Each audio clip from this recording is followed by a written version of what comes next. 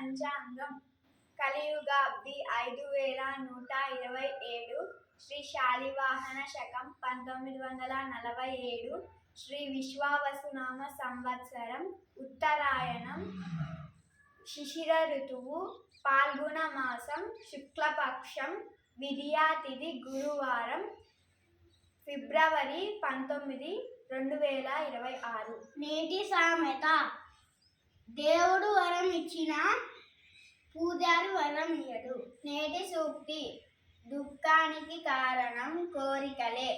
నేటి పద్యం తప్పులెన్నువారు తండోపతండంబు తప్పులెన్నువారు తమ తప్పులెరుగరు నిర్విజనులకెల్లనుండు తప్పు విశ్వదాభిరామ వినురవేమ.